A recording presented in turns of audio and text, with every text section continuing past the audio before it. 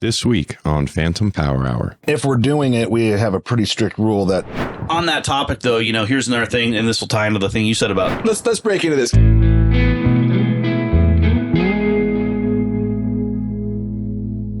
First, let's run down the line. We can say who everybody is, what you're doing, why are we here, and your favorite ice cream flavor. I'm Chris Cookie Hoff, front house engineer for the rock band Styx. What are we doing here? We have a day off, so why not drive up an hour and visit Jeremy and Josh? I mean, come on. Favorite ice cream? It's got to have chocolate chips in it. I mean, let's be honest here. Probably chocolate, double fudge chocolate chip. So like no love for moose tracks. Okay, that's all right. That's all right. Hand it over here. Scott Rottler. Why am I here? Because Cookie said I had to, or he would hurt me. Do you have the tape residue on your wrist? No? Yeah. Let's see. What do I do? Guitar technician, studio owner, and favorite ice cream would be, I'm going to say like a Reese Cup Blizzard. That's my jam. Well, it's ice cream, but... My name's Evan McElhenney. I'm the monitor engineer for Styx. Here today because why not come hang out and check out some gear, some good people, hang out with my homies on a day off. Favorite ice cream flavor? Don't take this weird. I really do like fish food, but I am not a fish fan. So I just, for the record, want to get that out there. Hey, my name is John Patak. I'm a guitar tech for Styx and also a recording studio guy. And I'm here because all of my homies are here as well. And I like to hang out. My favorite ice cream, I think, is definitely mint chocolate chip. Really? Ooh. Yeah. Hey, no, this is a judgment-free zone. No judgment, but I'm glad I'm not the only one booing mint chocolate chip. It's my daughter's favorite, so you guys would get along. She's also 6. Oh, we do. So, for what it's worth, my favorite ice cream has to be like the birthday cake ice cream with the Reese's and cookie dough. Oh yeah. Yeah, go on that. it's a celebration every time. Every time. I mean, are we getting ice cream now? We'll stop on the way back. So hello everybody. Welcome back to Phantom Power Hour. I'm Josh. And I'm Jeremy. And you kind of already heard like what we're doing here while we're all here. And Yeah. Tomorrow we're going back to hang out with you guys at a different location, relatively the same show. If you did not see that video, I'll link to it, but it definitely one of my most popular videos on the channel. Who knew? But it makes a total sense because you guys are all really cool and you were super gracious and gave up all your knowledge in those videos. All of it. So there's more. Yeah. Which is why we're going back. And it just worked out to come up and hang out. And I appreciate you guys coming up and chilling. This is fun. Yeah, love the place. Killer. We're going to have to figure out how to move these mics. This is annoying. Need to figure out a better thing for these large scale. Well, this is the first time you've had this many dudes in the room. As far as you know. so I feel like there's so much stuff we could talk about before we even started recording. You guys were talking about all sorts of tech head stuff, and I love it, just soaking it all in. But something after watching the original videos that Jeremy put out, I'd just love to hear, just like, if you had a chapter in a biography, just the background, how you got into this and what kind of pushed you in this direction for all you guys. So Cookie, you go first. Mine's already in that video, is the thing. Well, this is a different channel. Oh, different channel. Okay. Grew up in a small town in South Dakota. Thought I was going to be a mechanical engineer growing up. Started liking music more. Started playing bass in, I don't know, 9th grade, I guess. I was a tuba player. So I got sick of playing the jazz lines on tuba for the jazz band, so I actually wanted to learn how to play bass. because you get chicks, right? Is that how it works? More chicks than tuba for sure. No best player ever. Went to college, still as a mechanical engineering major. Decided, you know what, this music thing is more a part of my life. Made the switch eventually. Needed an internship after college. Came to a large scale audio company in Colorado. Did my internship there and then continue on. And that was 27 years ago, I guess. So been touring nationally for 26 years, nationally, internationally. Took a chance and ran with it. So here I am. Awesome. Let's see. I'm from Indiana originally, Lafayette, Indiana. I started off recording bands on a 4-track Tascam tape recorder and was playing in a rock band. Moved to San Diego, California. And when I was like 17, 18, because I thought that's how you had to, make it in punk rock, was move to Southern California and play Southern rock or Southern punk rock. Joke's on you because you made it. Yeah. Lied my way in. The internet had just come out with dial-up, and I downloaded a fake resume for a recording engineer. And I went to Studio West in Southern California and lied my way in to get an internship and did my first session. And the guy was like, go move the U87s around the piano. And I walk in the live room and I have no idea what a U87 is. I didn't know what the piano was. And I'm just standing there and he pushes the button over the loudspeakers and he's like, you don't know what a U87 is, do you? And I went back in the control room. I'm like, no. And he's like, all right, but this isn't going to work out. So, but his sister just happened to be the guidance counselor at the Conservatory of Recording Arts and Science. So I moved to Arizona, went there.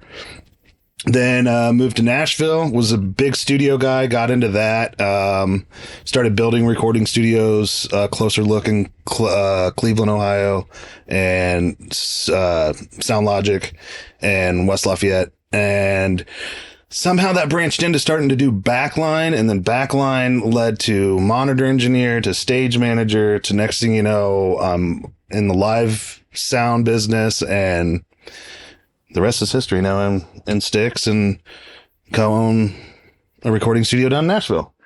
Jeez. Okay. So, moral of the story is lie. Lie. to get ahead. That's how it all started. It was a white lie. One little white lie.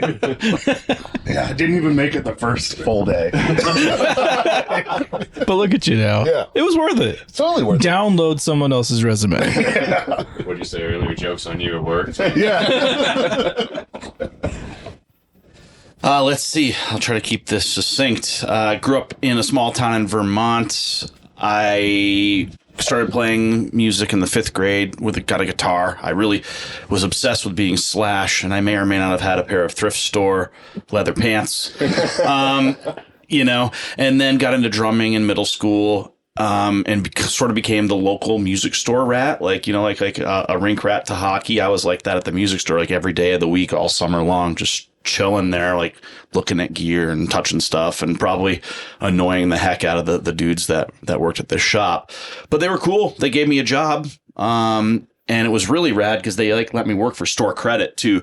So I used that store credit to buy my first PA, a little Mackie console and some PV speakers, and I even had a 5-channel noise gate. That's how cool I thought I was, for my drum kit, and, that was awesome and really enjoyed doing that. So I was kind of just teaching myself how to do it, hustling around, like, my band and then other bands in my school and in my neighborhood and whatnot, and would do shows and, make $100 here or there, lugging stuff around in my parents' car.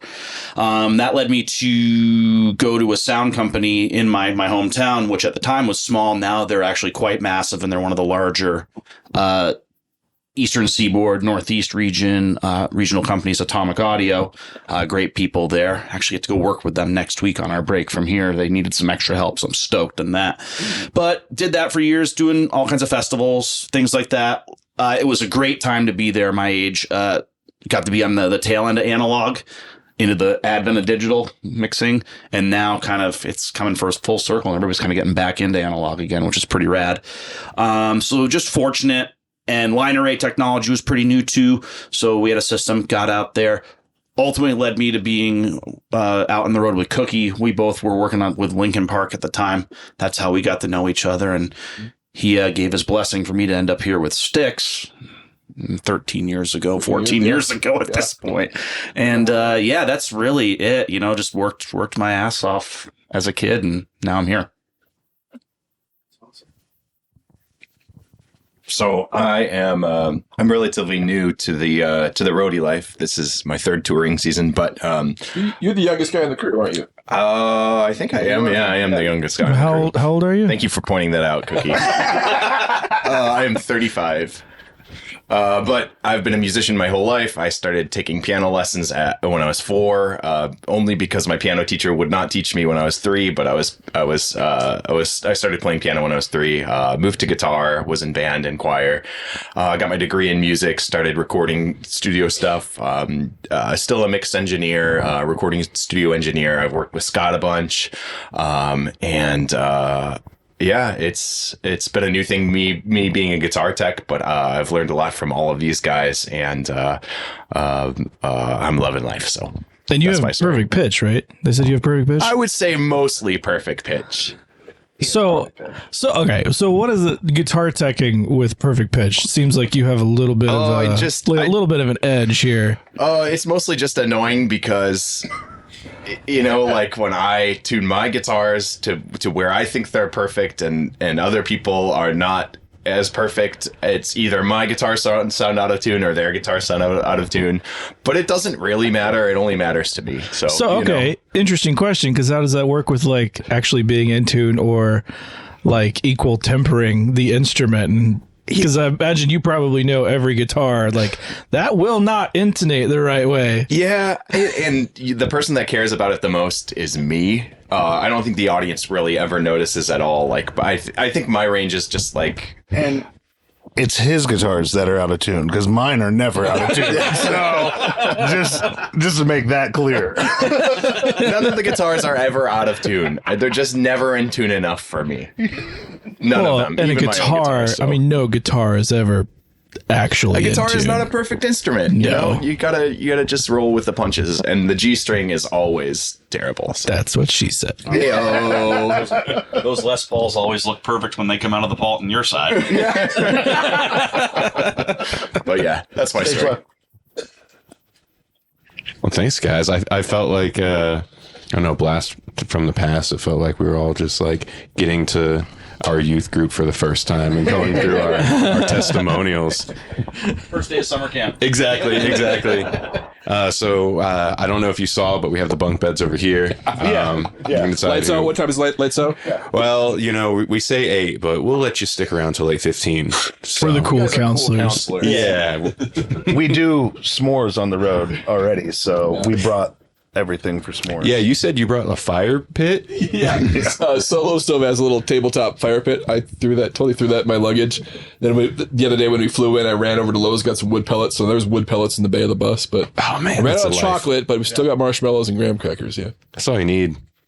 Yeah. Just to break it up sometimes on the roads. You're not just always working, You ever pick up Reese's instead of chocolate, though? Oh, that's the way to go. Oh, That's what I'm saying. That'll be tonight then. Okay. Yeah, we'll do that. You gotta do a peep show with the peep marshmallow. Yeah. Instead of a regular marshmallow, because it's kind of got that creme brulee toast on it. Oh, man. By the way, food talk is 90% of the talk on the bus. Just so We're not talking you guys know. Yeah, if it's Yeah, me not too. gear, it's like these guys will find some of the most amazing restaurants I've ever. Like, I went from like not wanting to eat anything but hamburgers and chicken nuggets and pizza rolls to like, I mean, I know good food now. So for you guys, is good food, like while you're on the road, is it find the hole in the wall, or is it find like the Michelin star type of restaurants? Both. Both. Yeah. Definitely both. We've been on a huge dim sum kick right now. Yeah, we're on a dim sum kick right now. So like whenever we have a day off or two, we always try to find the best dim sum places, and we've had it all over the country.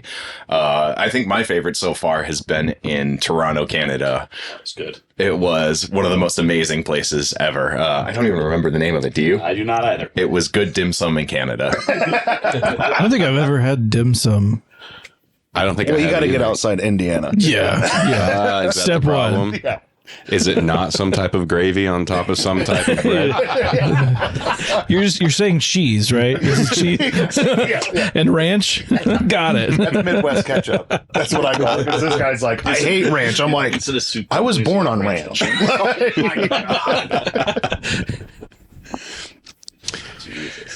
Well, I have a few things that we could talk about, but honestly, fellas, wherever the conversation takes us, I'm down for anything. And Josh, I know you're already gonna have to use that, and to cut to that mic in a few spots. Is it working now? Yeah, well, it's on the camera. Oh, the camera mic. So you'll have to sync the audio from that and then that's fine. Dump it onto the card. Okay. Do we have one of those? I need to get a whole lot of other stuff. We're just starting to get into the podcasting thing, and I know I need a lot of gear for this. That's different than the gear I have. Yeah. And It's never ending, man. You just You see, he has throw the money one out. open slot, so Dude, you know my motto. he's shopping. If there's an open slot, it's because there's supposed to be gear in it. Like, That's it. That's what she said. And he hasn't put the rails in yet for here. oh, you got all kinds of across open the spots. That's what I'm saying. This is a problem. Yeah. I'll just start sending you links to stuff I find on Reverb that are good. Don't do that. Don't do that. My wife will leave me. I tell Jeremy all the time, one of my favorite things that coming up here is seeing all the new gear all the time, all the new toys. So send him all the links. That's what, yeah. My studio partner, because I tour and he's mostly in the studio the whole time working. And that's what he loves because I'll be on the road and I'm always, on Reverb and I'll see things and I'm like, oh man, even if I don't like it, I can flip that because it usually sells for more. So everything just gets shipped to the studio. And so he'll just text me, just like, thanks for the new gear. Thanks for the new gear. Like, yeah.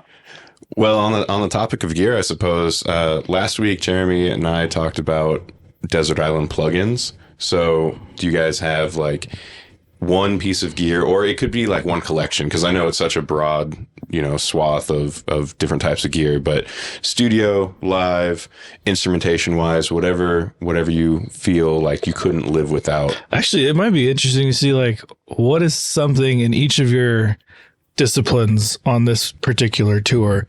Like maybe go at it like that, because it could be an interesting view. Because I feel like a lot of people interested in working with bands don't know a lot about what that is actually like. So what are some of the tools that you can't live without in each one of those disciplines, maybe? I like that. Does that make sense? Yeah. Is that even a good question? Yeah, that's a great question. All right. Picks, drumsticks. Start with John. Okay, for me, I could not live without my Peterson strobe tuner. And there are other people that do it without different tuners, but I just to get the kind of results that I want to when I'm tuning guitars, it's got to be a strobe tuner. Along with that, the thing that's made my life a whole lot easier is a drill with a bit connected to it, so I can change guitar strings with it, which has been a life changer and saved so much of my time. So those are a couple of things that I don't think I could live without on the road. Tools I could not live without on the road. Aside from the obvious choice, which is the Nespresso Pixie that we have in Monitor World. That's an essential piece of gear. Very analog. Can't even begin without it. Like, But all kidding aside, I'm not one of the guys that has all the toys at my disposal. I pretty much work off my console, what it is equipped with. I don't use external waves, not because I'm against it. It just isn't something I need to apply with this current artist. But one piece of gear that I could not live without is Shure Wireless Workbench. As a monitor engineer, I think 34 channels of RF right now between the in-ears and all the instruments and vocals. So that's just this band. So we get out with another band like last summer with REO and Loverboy. They have a similar amount. So we're managing between the three bands, 70 channels of RF everywhere we go.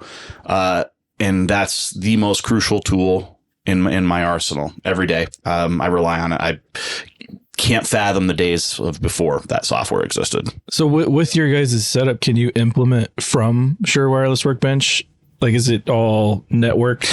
Yeah. So everything's all networked together. I just run a scan and coordinate from there. I have a template set up, so it has a hierarchy of artist priority in there for all their instruments as well as their in-ear frequencies. So it automatically will put the artist I want on the top of the list to have the best frequency. It'll give it to them, deploy it all. It gets done. And recently, I recently went back to hardwired Ethernet. I was all using Airport Expresses for a while, which was awesome. It was great to just every time turn it on, didn't have to patch a cable. That was cool. But nowadays, there's so much Wi-Fi going on in a lot of these venues. It was dropping out during the shows, and Casinos jamming. They jam your Wi-Fi in some casinos. Ooh. So it just became a thing where I didn't feel comfortable rolling the dice on the wireless anymore. So now I have 6 more XLRs to patch every day, Ethercons. It kills me to have to do that, but it's way better in the end. So, Well, and something seems blasphemous about running RF, like managing RF with a wireless router. it was slick when it worked, That's awesome. I mean, besides the drill that John already said, I would have to say, shameless plug, but radial products. The radial gear, I mean, it's built like a tank. And as a guitar technician that, has to take care of 22 different guitars on the road at all time, and my guy plays a different guitar or 2 every song, having their switcher, having their summer from, to run multiple heads, things like that. And just how reliable that they are and just how good a company. I couldn't do it without my radial products.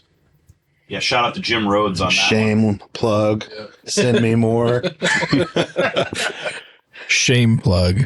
Shame plug. Shame or shameless? Plug of shame. That was a shameful plug. Wolf Tone pickups. Oh man, this guy out of San Francisco hand winds all his own pick. Wow. They're phenomenal. Every set I've got from him and thrown in some of Tommy's guitars just blow my mind. What was that? Wolf Tone? Wolf Tone.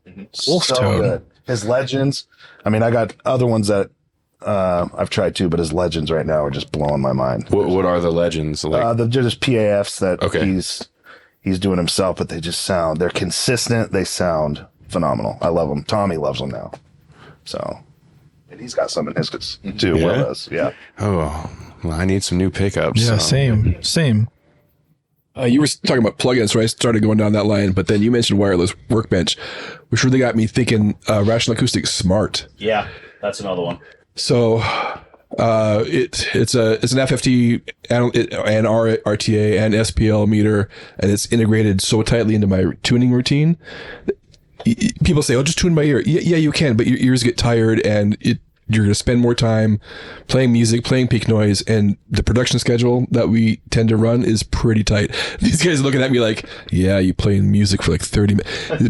But it's low level peak noise for the heavy lifting part of tuning the PA. Then it's music just to verify what I've done.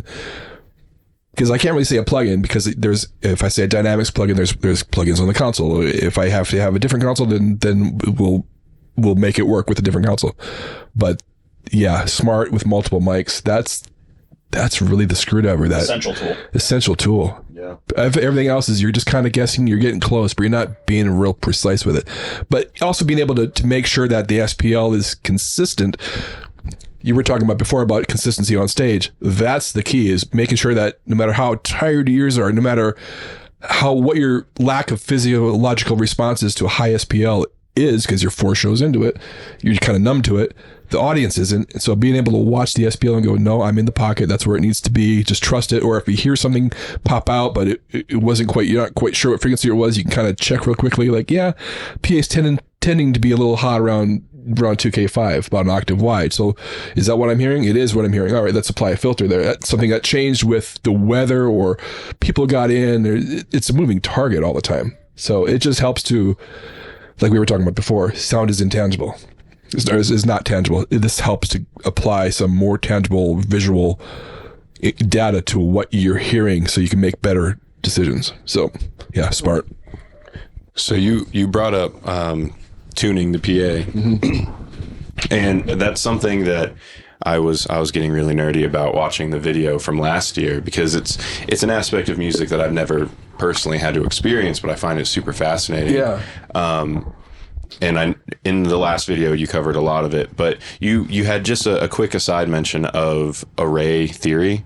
Yeah. Could you give me like a quick rundown of A quick rundown. well, okay.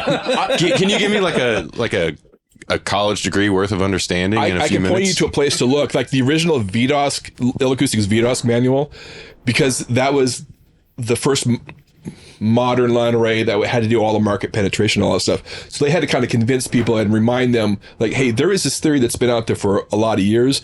We're taking that theory and applying it to our, at this time, 1991, modern loudspeaker system. This is why it works. These are the things that you should watch out for. So that manual alone would take you a semester to get through in college, at college pacing. For sure. But there's a lot of manufacturers out there that, especially during the pandemic, I know DMB had one that had line array theory. A lot of those manufacturers we need to do something during the pandemic to keep our customer base going. They were doing these educational videos and stuff like that. They can do a much better job than I can do sitting here.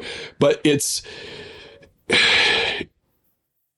not that hard to kind of grab the overview of it. To do the calculations and all that stuff, let the propeller heads do that. As long as you, as the engineer and as the end user, kind of understand, like, there's reasons why these are going on. Oh, there's a reason why every time I do this, there's something that I hear. Well, yes, let's go back to the theory. Oh, of course, that's why. That happened to me taking the JBL Vertec class. It was early in their time doing these classes, and this is 08, I think, 07 or something like that. Maybe it was 09. I don't know. I'm old and it's a blur.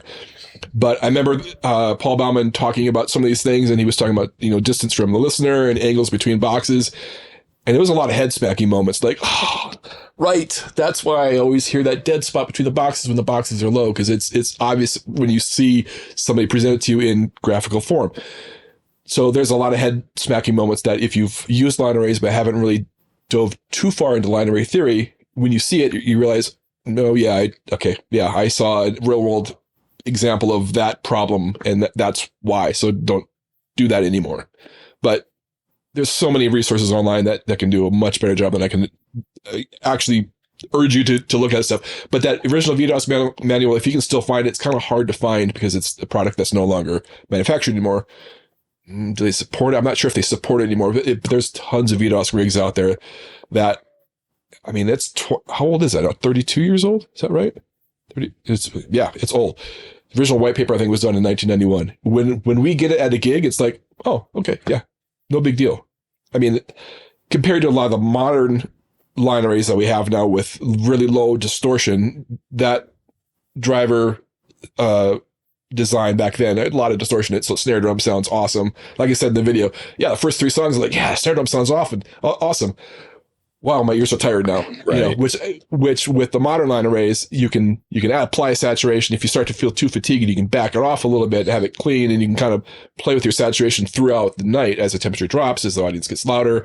All these, once again, moving targets. But the V-DOSC, when I see it on a tech spec, I'm still like, oh, okay, yeah. We'll be fine. Even though it still sounds awesome. It does, even though it's 32 years old. Yeah. I'm not happy to fly it. No, but it sounds phenomenal. That's one of the major improvements with the newer line arrays is just the deployment and how you get it in the air. And because I think the story that I heard with the original V-DOSC was Christian Heil looked at the box, how to design the box. Then it was, okay, great. How are we going to fly it? Oh, yeah, how are we going to do that? So that was just basically the aircraft, the airfly, right? Yeah, it was like basically the stuff that we used on all the old conventional PAs, like to hang the trap boxes, but that was how and there was a little steel bar or whatever on the side of it for the angle. The rigging was an afterthought to the actual box design. Now, when manufacturers design these boxes, rigging is definitely part of the thought process. For most of them, at least. For most of them. Because it is speed. These production schedules that we have to do today, it's speed and it's resources. How many techs do you need to fly it? How many local stagehands? It's all money. More techs is more hotel rooms, is more bunk space, more buses. You still have a 4-hour minimum on your local hands. Do you need stadium tours, do you need 120 stagehands or can you do it with 65? I mean, that's a pretty substantial budget difference at the end of the day. So the goal with a lot of these manufacturers is to have it sound better, have it be more flexible, have it easier to fly, quicker, all those things, and also the control software. So I just veered way off of your original question, but that's where the line arrays have come around to. But that original V-DOSC manual does a really good job of explaining, here's the theory behind it. And it's funny because when Bauman was doing those first early JBL Vertec classes, he had just been from L-Acoustics just a year or two. So a lot of the stuff that he was using was I could see it in that manual. Like, oh, he wrote the manual. That's why he's doing all this stuff. So really helpful to understand what's going on. If you know the rules, then you know that you're breaking them, right? And you know which ones to disregard. That's always the key. I feel like there's a level of engineer where I understand mixing. I understand working with bands. But there's a point where you start talking and I kind of just like glaze over. But I love it. And I love that side of it, but it's just a whole realm of this industry that I'm so unfamiliar with. I've been really fortunate to have a lot of great mentors and to be put into situations where I can soak up their information. I'm old. I've been doing this a long time. Well, to that note too, you're kind of one in a million, not literally, but people are few and far between amazing mixers as well as really amazing system engineers. A lot of times. Did you pay him for this? Do you want to? This is being recorded already. You can play this back. Oh, I see. All right, thanks. So let me tell you what else you do great. Tech too. Yeah, Cookie, I think you're great too. No, but seriously, like, a lot of cats out there, some of the best front house engineers, are fortunate enough to have an SE come out and hand them the keys to the car. With the way our organization works, we're a pretty small package of people. We travel pretty not bare bones. We're fortunate to have what we have, but we're a tighter system. So I have to be an RF tech as well as the monitor engineer, whereas Cookie has to be a good system guy on top of it because he doesn't have somebody traveling with us that's gonna, take care of it for him. And I think that's really awesome. It's nice to have both sides of the brain. It makes my life easier too. So, and part of it is being able to look at a tech spec and being familiar with the many different loudspeaker systems that we get for these shows. Yes, I have 9, 10, 11 systems on the rider in order of preference. Sometimes people will look at that and go, nope, we don't have any of those. We have this. But I can look it up. I have a feeling from looking at specs, is it going to be good enough for our show? Is it enough? Am I going to be able to get out of it what I need to? And throughout my career, I've seen a lot of engineers just show up and go, well, what was the system? Day of, they're walking in going, hey, this is the PA. No clue. That just happened yesterday. Yeah, let's not talk about that. But yesterday was really interesting because I looked at the tech specs and went, okay, I know the system, I know the control software. We get there in the morning, and it was a gig that we've done 5 years ago. And we did it again, and I talked to the monitor tech, and he says, "Oh, our system, our front of house guy is not going to be here till noon, till 2 hours into load." And I said, "That's fine. Are you okay with me grabbing the computer and tuning the system?" He's like, "Yeah." So they knew. Here it comes back to the people things, which we should talk about. They knew me from 5 years ago, knowing that I wasn't being a jerk, and I was real calm with them and answering any questions and being respectful for this stuff.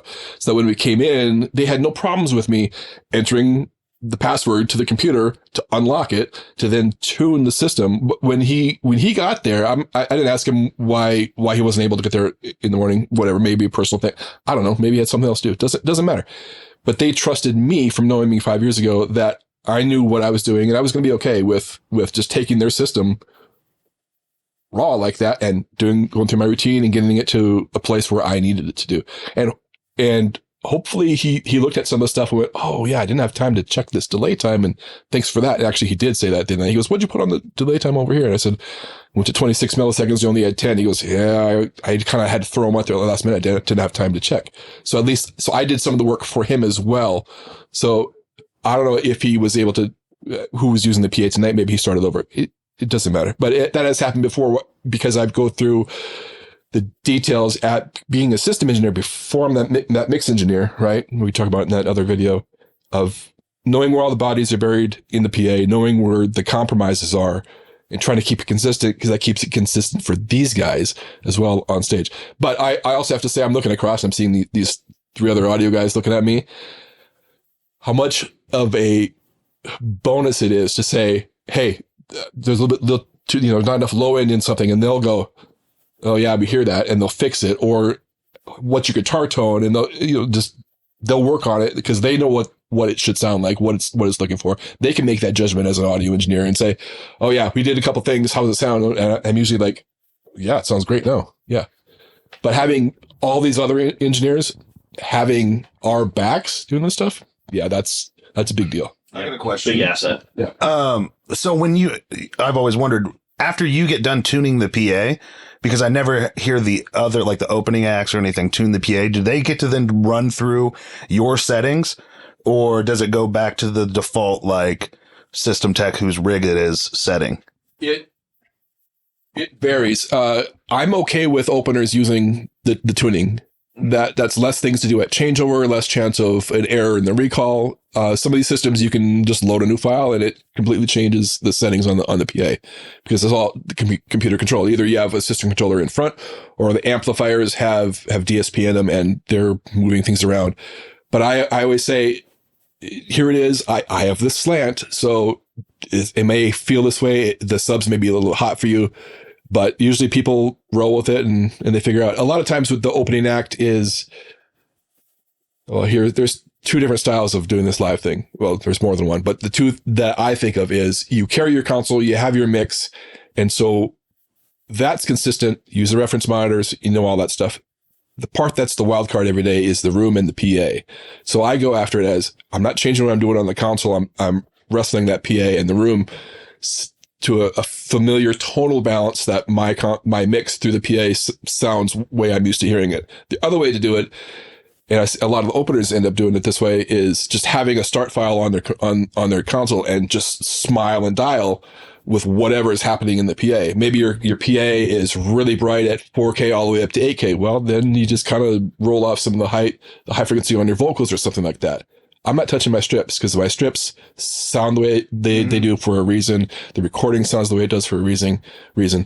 But that's another way to do it. And then at the end of the day, they'll just recall their file and they move on to the next gig.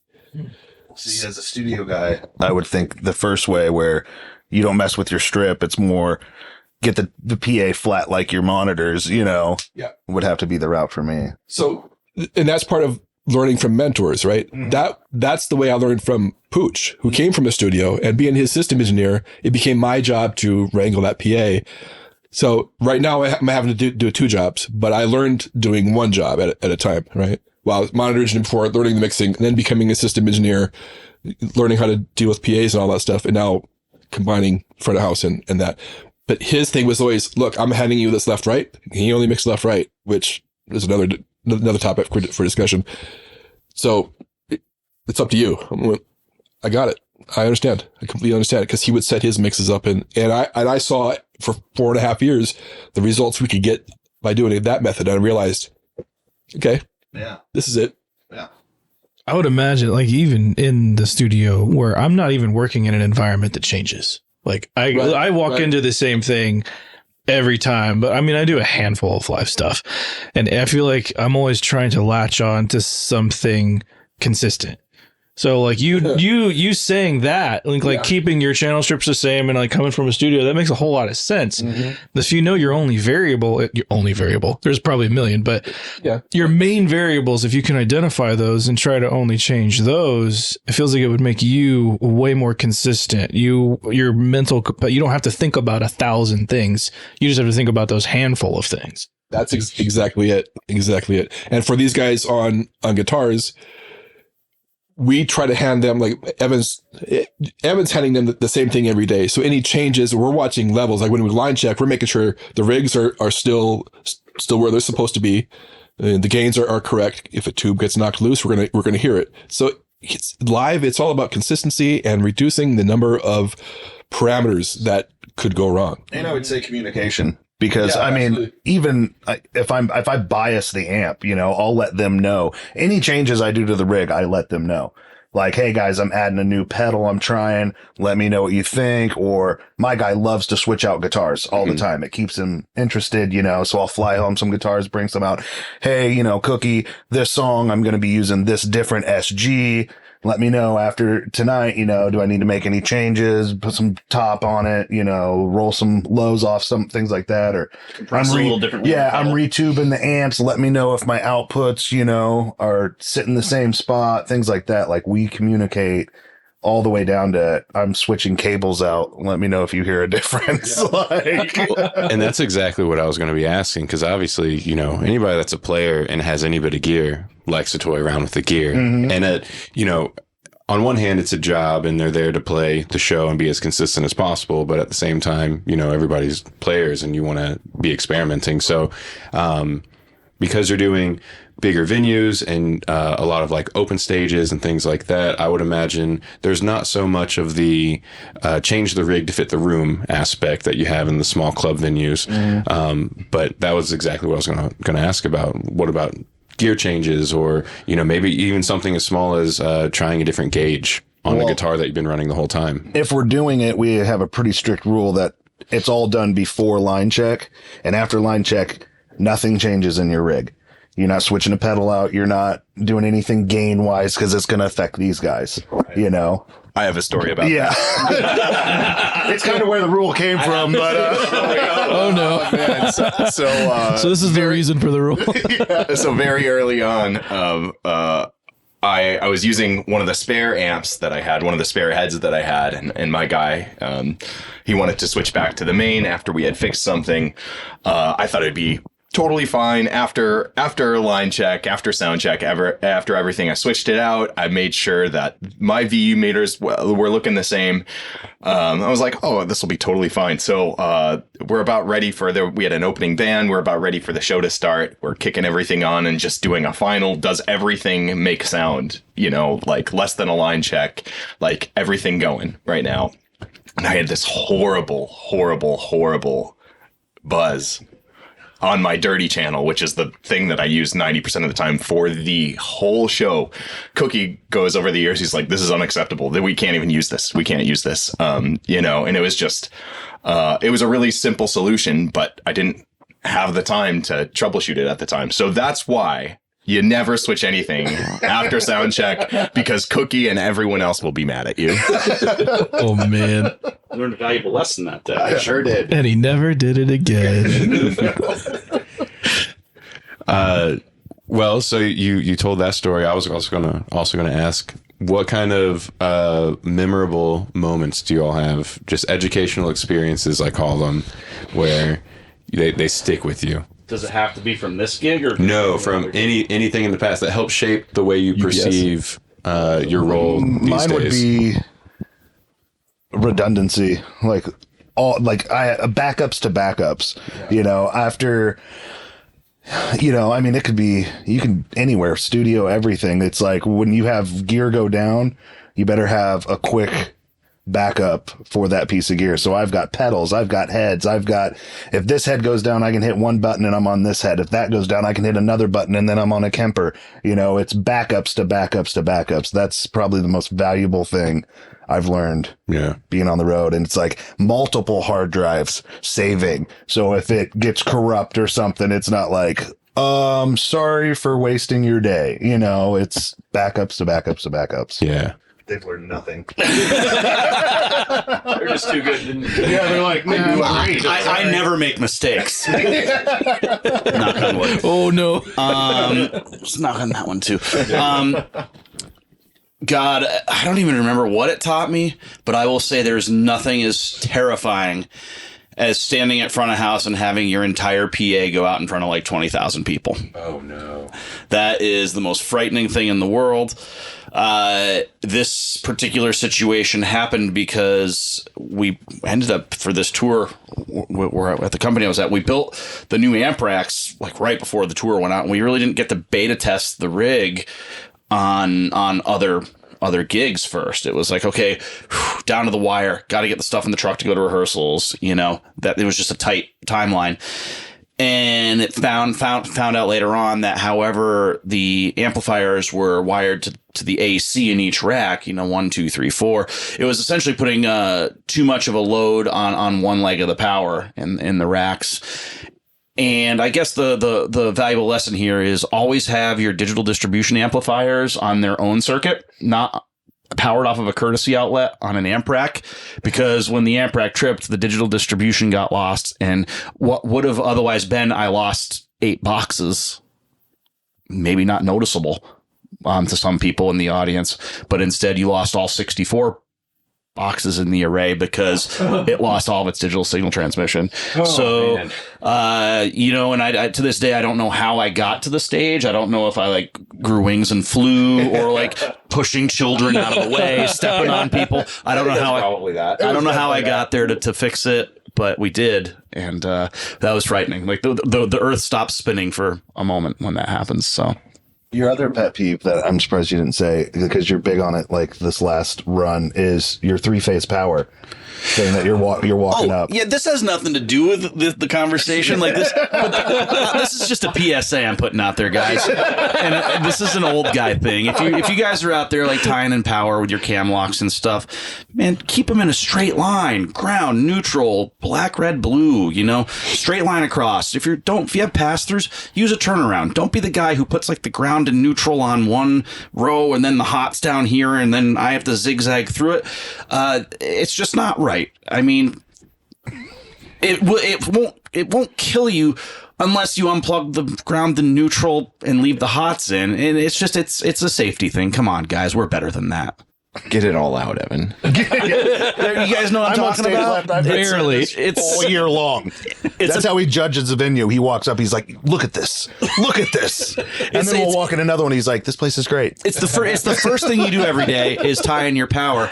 And, it'll all work like that. That's fine. But here's the thing. I knew a guy one time years ago at a festival, untying cam locks from a lighting dimmer rack for a guest. Had they're traveling with their own package or whatever, but he unplugged the neutral in the ground from the main service input. Oh. Because they were zigzagged in the rack. Long story short, with analog lighting and stuff, it melted. It destroyed the dimmers and the lights, because you had that the excess current had nowhere to go without a neutral, right? So it's just a thing. That's just my little PSA, guys. Straight lines with all your cam locks. It's the right way. It is the way. Can we make a T-shirt out of that? Straight line. So would not recommend this venue. Grab this. So I'm still trying to put together the video about power, but I need your help in shooting it and all that stuff, because that's one thing that as engineers you don't realize until you go live.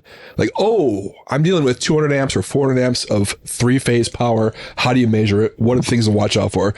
In your situation, you're talking about, and I've seen this. That wasn't that gig. It was a gig that I was on that we weren't together. Oh yeah, I've seen a band in the day pull power because there's a band on stage. It's noisy. I think it was in Europe, maybe not in Europe. It was noisy on day. The stage is dimly lit. The modern engineers or the tech is over there pulling power during the show, and yeah, they mess it up. So you're dealing with 3-phase 200 amp power that's hot, right? It's not the way you should be doing it, but it's the way you have to do it. So obviously, don't lick your fingers sticking inside the cam lock.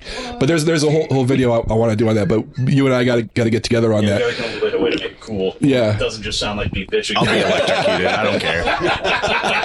The other thing I want to say is, I just wanted to put everybody else through what I've been going through all year long.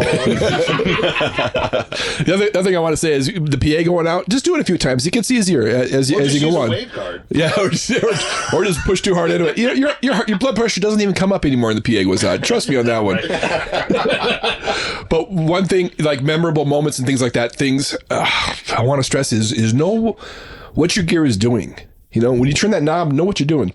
I've had, like in the analog days, I've had situations where the roof playing outdoors has dumped rain on like a 4KM, like Yamaha PM 4000M. And I've lost strips down the right-hand side. We're like, okay, I guess I got to mute those guys. But I've also had the Paragon. This was a gig. It rained during the day. It was clear before the show. We're 30 minutes before the downbeat. and wind came up, and there was a little pocket of water that dumped on the Paragon on the ATI, took it out. So 30 minutes before the show, so I'm scrambling to get it dried out. So, because that means no monitors for the band on stage. Scrambling to get it dried out, couldn't get it dried out. Had to go into the dressing room and say, "All right, guys, here's the situation. I'll be mixing monitors from front of house. There's 2 auxiliaries out, 2 mono auxiliaries. I got them wired. Good luck." So I had to go out and reach over the front of house engineer while he's mixing the show for so we're doing front of house monitors from the same console at this level, and that was a challenge. But know what those knobs are doing because you may have to take some other piece of gear and try to get the same result. So when people say, "Oh, I just put this piece of," and it sounds great. Well, what's it doing? Because if you don't have that piece of gear, and there was another gig that I left, and the monitor engineer came in and put in the Rupert Neve, the Shelford channel, right? That's great if you're always carrying it, but I know in the 8 years, maybe not 6 years, whatever I was with that client, we would bounce between TV shows and things like that where you can't touch the console. Can I just dial the strip? Nope. Do you have a preset? Sometimes they'll be able to load a preset, but they're going. The TV show is going, so they can't really do a whole lot to the console to accommodate 3.5 minutes of the entire hour-long program. But I've come into situations where I've had the ability to hand the house monitor engineer a thumb drive and recall presets into strips that the result I was getting on the console was similar to the result that the engineer after me was getting with the piece of hardware, but without the hardware. You know what I mean? Know what you're going for, know what your gear is, because sometimes that gear fails and you need to work. Good rodeo always has a spare, and if you don't have a spare, you have a workaround. How else can we get it done? So the spare is always good. Yep. Spare to the spare. Let's break into this because you guys had that episode where you're poo-pooing in-ear monitors. All right, I just want to bring that With a caveat. With a caveat. Oh, no caveat. It was I'd rather just have wedges up. I'm assuming it's because you can put your foot up there and look like a rock star. So let's talk about this because you guys live in. I'm thankfully have been able to step away from that world for several years, thank God. But you guys are living in that world every day. All right, and go. Well, what do you want me to talk about it? Like The advantages of in-ear monitors and what it takes to actually put a musician in a space. You're giving them an environment to perform in. Well, I mean, so a lot of people think that you're just listening to a headphone front of house style mix. And we do try to make it big like that. We want it to be big and vibey and stuff. But the thing is we're not sitting there as audiophiles enjoying the music. We want to enjoy it. We're performing though. So, there's things like tempo, pitch reference. Pitch and time. Those are the most important things in the in-ear mix. I mean, if you think about it, if you had a wedge, you're probably going to have some kick, snare, hat and something to pitch to in there for singing. We got like 6-7 people that all sing. And they all need different references. It's not necessarily just their own instrument. So, you kind of got to work around that, but still make it exciting and fun.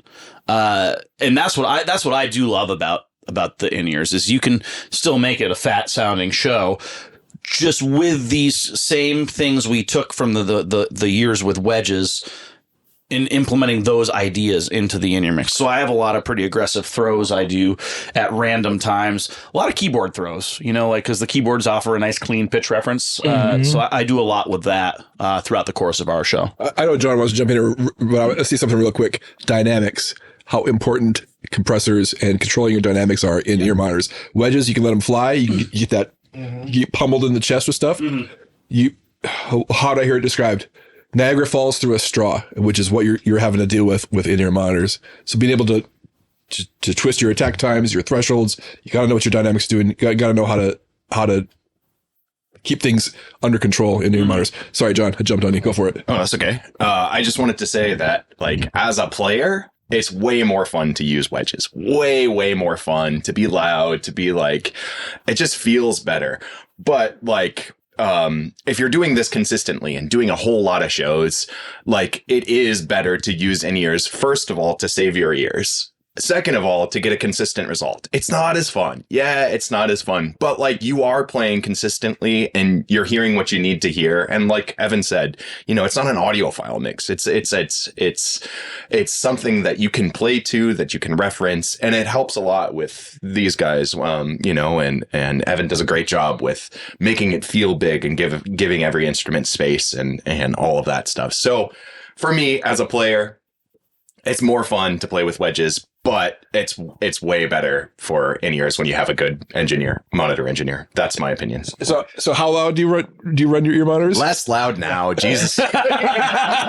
Well, and so Jeremy mentioned one of the caveats, and I don't remember if it made it into the podcast or not, but one of the caveats that I think of is monitors are more fun when you can hear everything, but you can't always hear everything, especially in the club scenario, especially if you're not touring with your own engineers, mixing your monitors and doing all and that we're talking about this on a different level. for sure. Like, And I think it depends too on like we run a quiet stage where there's no amps on stage or anything. They're literally getting everything off their ears.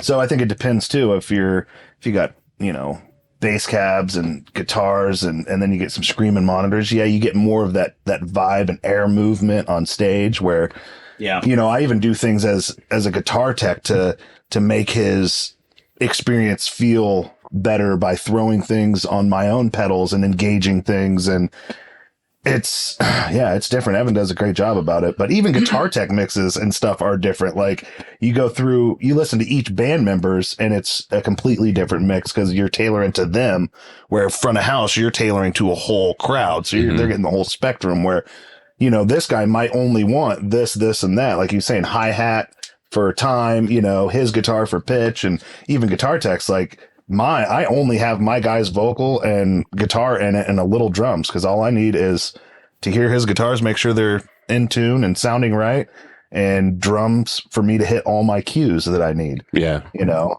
that's a whole different side of it that I've never even considered. Oh, yeah. Is because even going back to what you had said, like it was a quick passing thing. You were like, well, you're doing this and it's not as fun, but you have to do it all the time.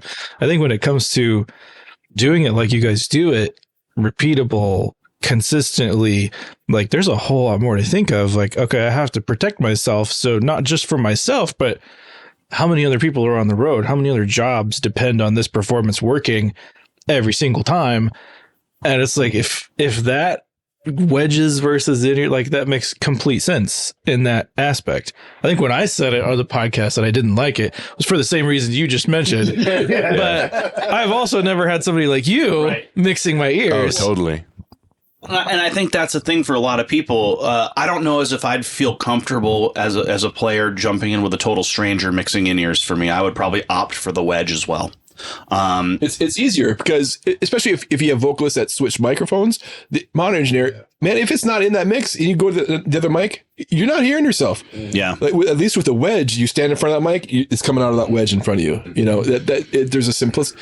It's like analog versus digital. There's a beauty in the simplicity there, but there's also the downsides to it, you know, high SPL. And well, this also sort of circles back to what we were talking about with the tunings of the PA and everything, because we are, you know, no cabs on stage, very minimal monitoring on stage. I've got a couple wedges, but they're not on all the time. They're used for specific things.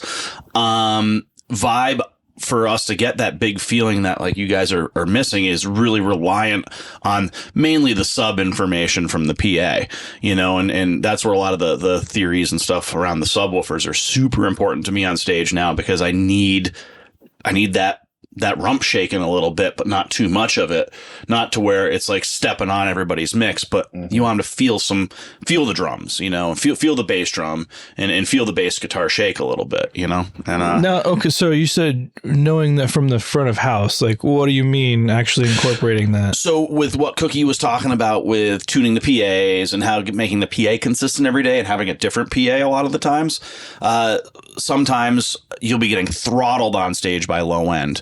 But there'll be other days where, like, if we have a cardioid sub-array, it's really controlled and it's thumping out front, but it's totally quiet on stage sub-wise. Less blowback. You know, there's basically less blowback coming behind the system with a lot of the modern PAs and everything. And it's always funny. I've got one guy who only wears one in-ear monitor. And what will be a struggle for every other person on stage sometimes will be his best shows, because he has that old school vibe when he's getting all that throwback from it, right? It feels vintage, if you will, and not the modern way we're doing things where we're trying to keep it really quiet on stage.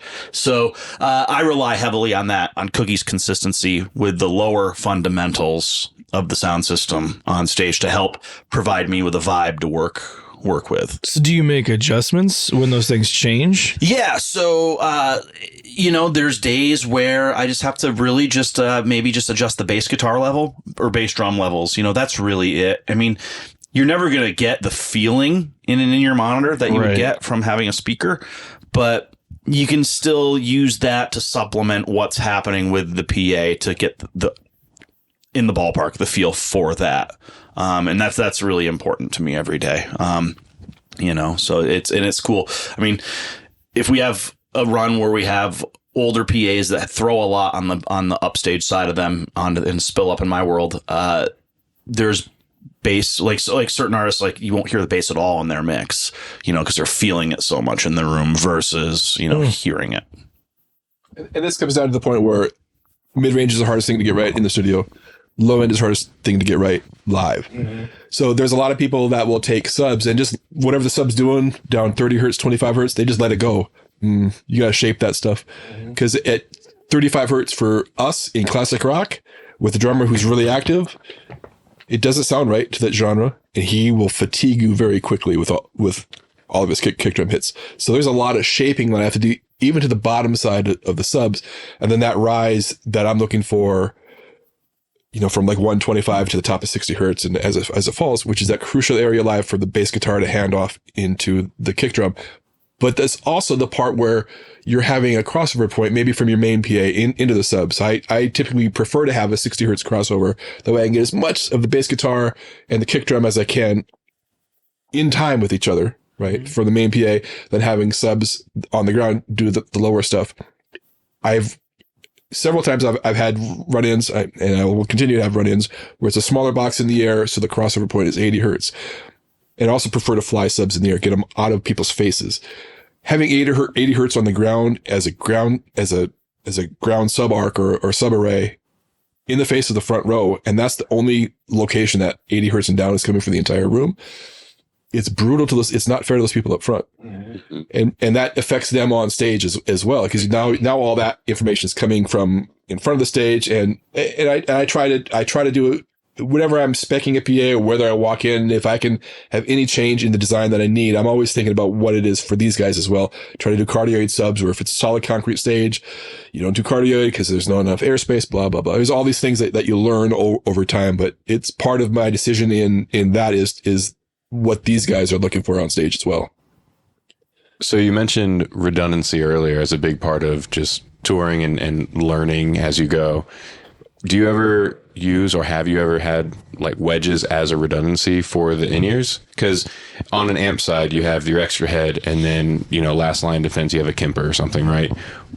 Same type of thought process for monitoring system, or is it just, have an extra set of IEMs and hopefully that's cool? Okay, so short answer to the question is sure. Yeah, I have done that. I could, in theory, with the couple wedges I have on stage, whip up something in an absolute pinch. But what I like to do is I'll use a matrix on the console, and I have it set up so all the artists are available to be assigned to that matrix bus. Then the matrix bus comes out to another transmitter. And then I set it up as a macro.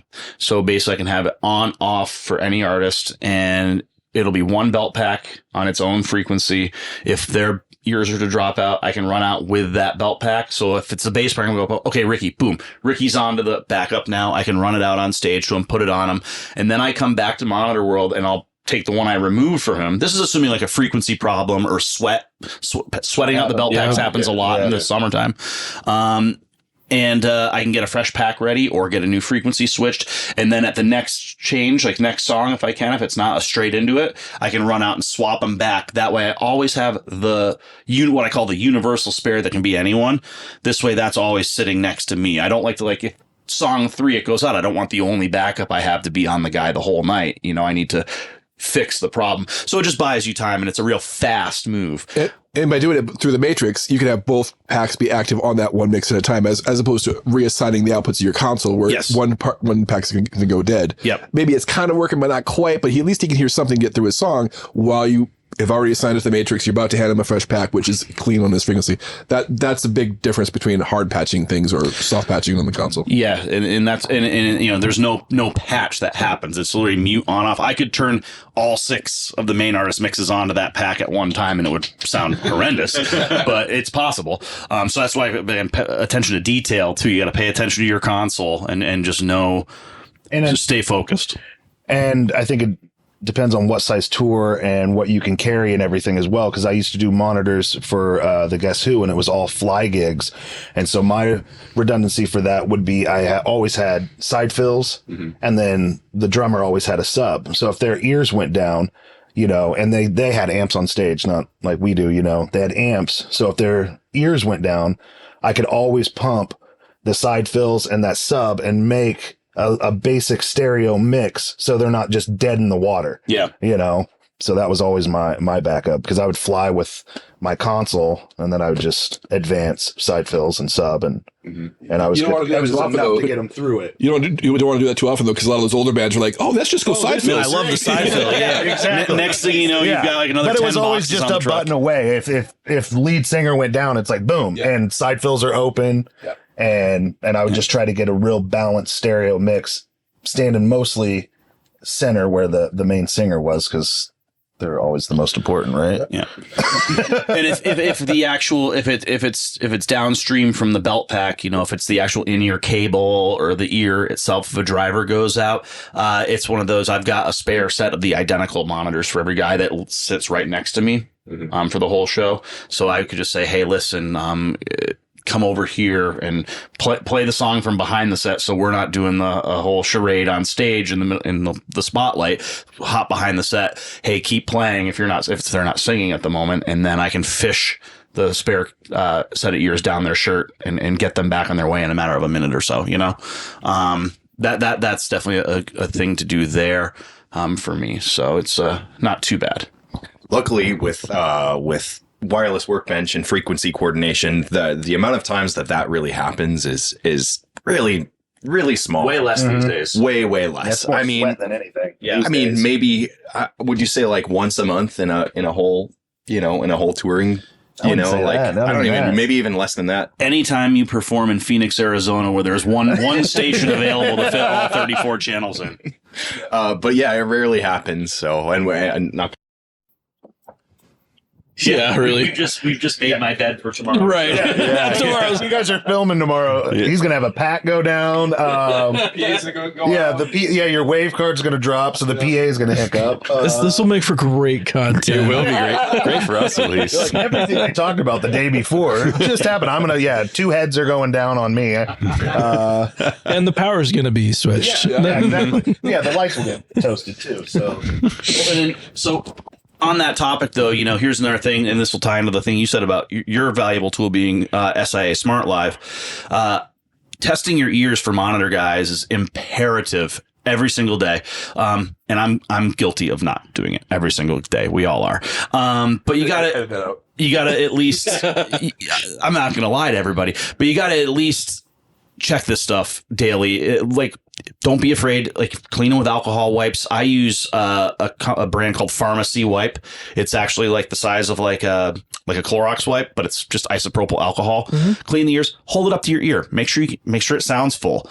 You can do frequency sweeps. A lot of companies make like a little stethoscope that's rubber that goes on to the end of the in-ear, and then it has your own impression on it. Ooh. So you can do frequency sweeps and hear it. But then last year, I was fortunate enough to be a beta tester for Audix Microphones TM2, which is an analyzer microphone, much like what the Mike's Cookie uses for tuning the PA. It has a little rubber gasket on it, and you put the in-ear monitor into this. And I use Smart Live to look at the transfer function. We were just talking about that. And I can see it. I'll know if a driver's out. I'll know if something's wrong with the cable on the left side, things. And I've caught many problems. I had a brand new set of ears come in where the socket was actually out of phase. And I was like, why is like I put them in day one and I'm like, something sounds weird. It sounds like the guitar's a little over here. And throw them on the scope. Sure enough, the left side was out of phase. So I had to reverse the pins on the cable. And then, oh yeah, that sounds right now. But you'll see that on the graph. So checking your stuff every day, that's a really great, I wouldn't say that's my essential tool in my arsenal, but it's a bell and whistle tool that I'm really happy with. And I do like having it. Guys, go out there. It's way easier to solve a problem before the downbeat of the show. Yes. And once you get out there and you're taking care of 19 mixes on stage, when one problem happens, things begin to cascade, especially in a Q intensive show. Yeah. So I think the cool thing to take away and all the stuff here, like how much crossover you guys are talking with each other. Like I've seen a handful of shows, or like been a part of a handful of shows, and it seems like the kids who just start to get into guitar teching, like it's all about them in that moment. Or the guy who gets his first A1 gig, it's all about him in that moment. But like seeing how you guys work and how a lot of bigger shows work, like it's a team effort. Absolutely, yeah. I run up to him, almost every night with, do you hear that? Like last night, I'm like, do you hear that buzz? Real quick. He's like, and he'll tell me what it is, but I didn't know if it was me, if it was another guy on stage, or this guy's trying to get your attention, but he's got, 7 people on stage trying to get his attention at one time. But we're to even switching. I got to run this out. Will you hit this switch real quick? It's always it's communication and team. Have each other's backs. Well, that's stage left. We hate stage right now. And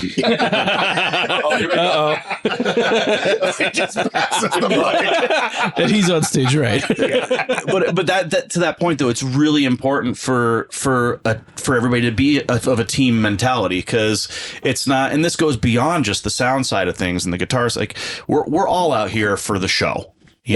Like everybody should play nice together. And larger format tours, it's hard because there's a lot of moving parts. Like, if you're the stage right audio guy hanging PA, you have to directly work with the lighting people, and there's a lot of action and a lot of gear going on, and it's difficult. So it's all about figuring out how to be on the same page with people. And in the end, it's about the show.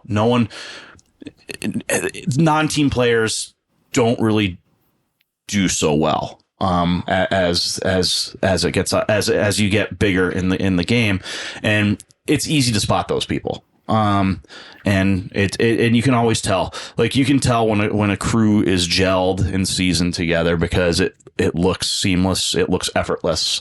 But there's a lot of moving parts and a lot going on.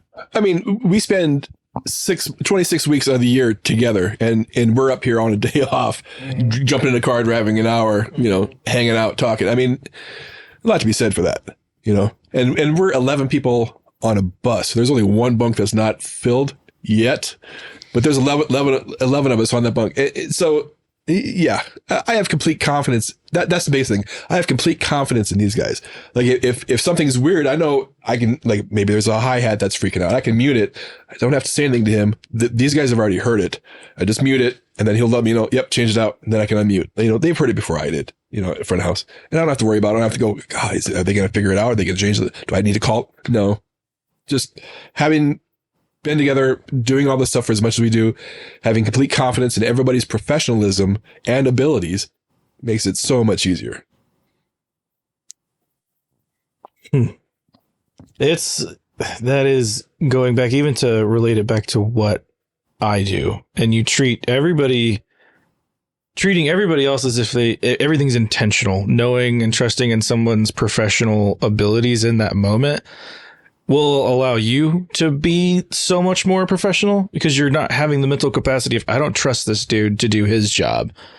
Yeah. But man, I imagine that breeds toxicity quickly. Yeah. If you can't be trusting the people you're working with, it's counterproductive, And it's really interesting, because the clients I've been able to tour with and the people I've been able to know, I've met high profile engineers. The thing is, they're always like, oh wow, how you do? Oh, this is awesome. This is great. I'm thinking, dude, you've got like 20 Grammys. This is just a live show. But they come out and they're like so gracious. That's the thing that makes you head check yourself real quick. Like, whoa, where's my ego at? You know, like why, that little bit of this guy is, or this girl is, they're up here. I'm still trying to crawl up. And that's their attitude towards somebody they've never met before. I mean, I think it comes down to the one thing I was told at the very beginning of anything, studio and live. It's 90% about the hang and 10% about your knowledge and your skill set. Because like, I can teach you, how to mix. I can teach you how to be a guitar tech and how to be a great roadie, but I can't teach you how to hang. I can't teach you how to check an ego. I can't teach you how to accept change on a day-to-day basis. Cause some people just hate change, I can't, but those will get you kicked off a crew faster than anything. Or get you not liked at the very least. Right. Which will then end up getting you kicked off a crew. Well, and you're protecting, at the heart of it, you're protecting a performance, which comes from a mindset. And then it's easy to forget when you're just looking at it and you want to get into that field as a young kid, that this just looks so glamorous and so cool. But when you take a step back and you're looking at it, and this is my take, let me know that it's so much about everything's there to protect a performance. Mm-hmm. And that exists around so many other things. And there's the gear. Oh yeah. There's crazy line array theory, but then like adventures on days off. Yeah. And so many things that are uncontrollables that every day those situations arise, like rain. That's fun. Here's something that kind of ties into all this too. Like we're all here our guys are on the older side of things. They're not a young band up and coming. They don't necessarily need to be doing this. They do it because they love it. So I think the universal goal we all have together is we want them to have fun. The 90 minutes they're on stage, we want them to be smiling, to be just loose and cool. And we want them to be feeling like they're like, it's their first massive thing and they're taking over the world. We like to give them that experience every single night because that's what makes them want to keep working.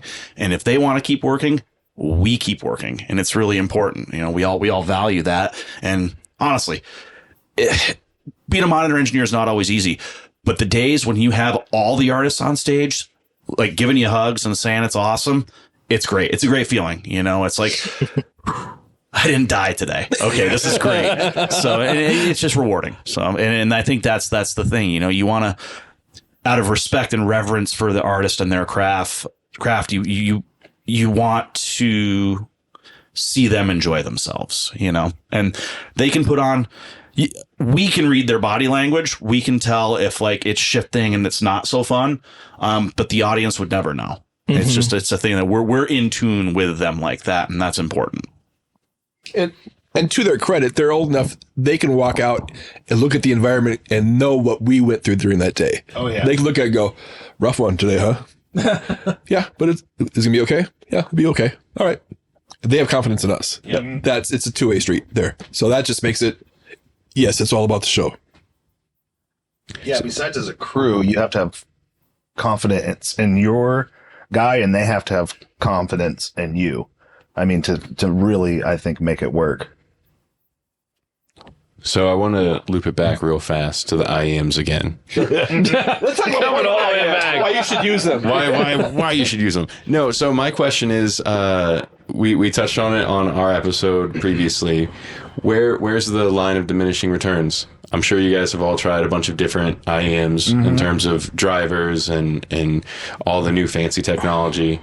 So where are you all sitting at currently in your personal preference? There's a lot of great brands out there, a lot that I haven't used yet. I would love to try out as well. But I think it all comes down to this. As I mentioned before, we're not here just listening. And you can have a rad set that sounds amazing. But if you can't hit your pitch and you can't feel your time, if it's not doing the function that it needs to do, like for vocalists, like if you're hearing your voice through a mic, right? When you're editing your videos, you want to hear what your voice sounds like in your head, right? And you need that to come in here so you can sing your best, right? A lot of people might not know that that's what you're looking for. Like, you don't need to have hyped, like, oh my God, this is so amazing on the low end side of things. You really need what's best for the performance. And there's a lot of really great products out there. And again, you ultimately as an engineer have the ability to EQ it how you feel it's necessary. So yeah, I mean, I can't advocate for any one brand because I don't want to offend anybody. The product we use, I'm very happy with. We've been a longtime client of theirs. Our artist rep is amazing and she's always taken great care of us. So I feel like that's one of when I'm recommending to a new artist, I do recommend that product because I'm happy with it and I feel respected and cared for by the company. But that doesn't, you get out. If I worked for a different artist tomorrow and they had a different brand, then I would gladly, hopefully get them to buy me the other brand if I don't already own it. So I don't have to spend my own money on it. But you want to be hearing what they want to hear. I think the most overlooked thing on a good set of ears, doesn't matter what brand, it could be, UA, it can be, or Ultimate Ears, it could be West, whatever, is a good mold done of your ears. I've seen so many junk molds come in where just not shot right. I mean, I've had it done and then I get it. I'm going through it right now with one of my old molds. I just had to get a new one. It's like your ear canal changes, people not getting molds every couple years, and I've had them built for me where they just don't fit right. You don't get a good seal. So now you're not even really hearing that in-ear for what it's supposed to be. So I think that's the most overlooked, is getting a good, proper mold done. Early on in my career, with doing ear monitors, I was told your ear constantly changes, and when you think about it, it's tissue. Yeah, and we age, and things get saggy, and things move. So yeah, I don't age, but I've had these ear monitors for 10 years. Like, wow, you're not listening to anything that's coming in. You're listening to complete ambience and all that stuff. But there was a video that I did on my channel where it talks about for singers, the power behind the teeth. And if you have headphones, just try boosting some of those upper mid-range frequencies, 2K, 4K, things like that, and then cutting them. And you suddenly feel how heavy your tongue becomes. There's a lot of manufacturers of ear monitors that will scoop out that mid-range, but pro audio does not equal hi-fi audio. Mm-hmm. Two different things. Mm-hmm. And it's really enticing for these in-ear monitor companies to market to that side, to the old iPod crowd. It's not even iPods anymore, to market to that side because the customer base is so much larger, and the pro audio side starts to get left behind. Mm-hmm. But they're two different markets, and sorry, pro market's not as, the margins aren't there, not as, you can't get your revenue, but that's where your R&D is. We're going to beat the heck out of these things. And we're going to tell you if your cable's working or if the connector is junk. That's the side that they need to understand. But some manufacturers get it. Some don't. Some chase the money. It's capitalism, whatever.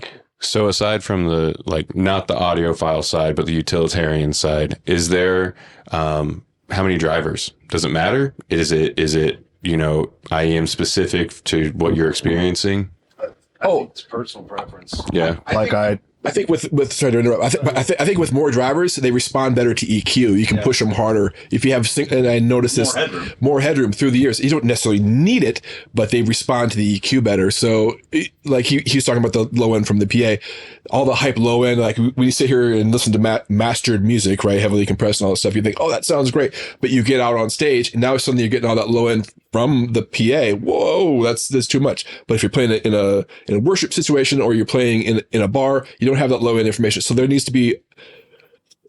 You haven't heard one of my worship mixes. It needs to be. It needs to be within range, within reach. Where do you need to be? I think it depends on the person. Like you said, you're a bass player. Mm-hmm. Like I would think you would want more drivers, so you have more low end, where maybe a vocalist already doesn't want anything under 100 hertz in their ears. You know what I mean? So why would they need a 6 driver in ear when they're not even going to use any of that, frequency response down there? So I think it's a per person basis. But that being said, I sort of we keep all of our guys on the exact same model, regardless of what instrument they're playing. And that, for me, that's just consistency. So I know when I solo their mix, I'm hearing what's in their head. And with each artist, if I had an artist A all in one band, like if he was wearing JH, you're wearing Westone, you're wearing Ultimate Ears, that makes my job as an engineer all the more difficult, because then you have to make sure you're really familiar with the products individually and then interpret. You know what I mean? And at that point, are you really ever truly soloing it and hearing it as it's supposed to be? Like, because then it's how you interpret it, not this is how it sounds.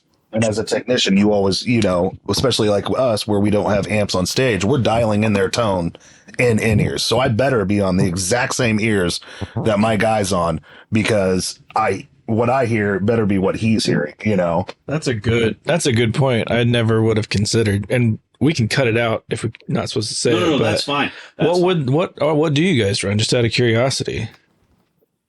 For many years now, probably like the past 7 years, we've always been on a Westone account since I've joined this band. We've been on the model ES60, which is a 6-driver unit. Specifically, we use the OG 2-pin cable. We found that some of the more modern cables had issues when the artists sweat, which they get sweaty running around like a bunch of kids in a jungle gym out there. They move and they sweat. So the ES60 for us has been really a solid product, and I'm very happy with it. I feel like it works well for everybody's needs universally with this band. And I've had some other artists that I've gotten on the Westones as well, and they've seemed to be happy. So thanks so much for coming out, fellas. It's been a real blast. And I was saying this when you all got here, but it's a completely different world for me, coming from as primarily a player side of things. But I'm just I just like learning stuff, and it's been so cool to hear all the different perspectives and how it all, crosses over from, you all have your respective jobs, but it all is so integral with each other. So thanks again for coming out, and look forward to hanging out tomorrow and seeing everybody. Yeah, absolutely. Us too. Yeah. And we'll link the video whenever this comes out. They'll probably come out pretty close to the same time. So if you want to see them in action, follow their OnlyFans. I mean, click on that link. Subscribe. It's only $10 a month. Awesome. Well, thanks for everybody for watching, for checking out Phantom Power Hour. Make sure you hit the subscribe button, the like button if you liked it. If you didn't like it, send it to someone you don't like so they have to suffer too. And we'll see you next time. See ya.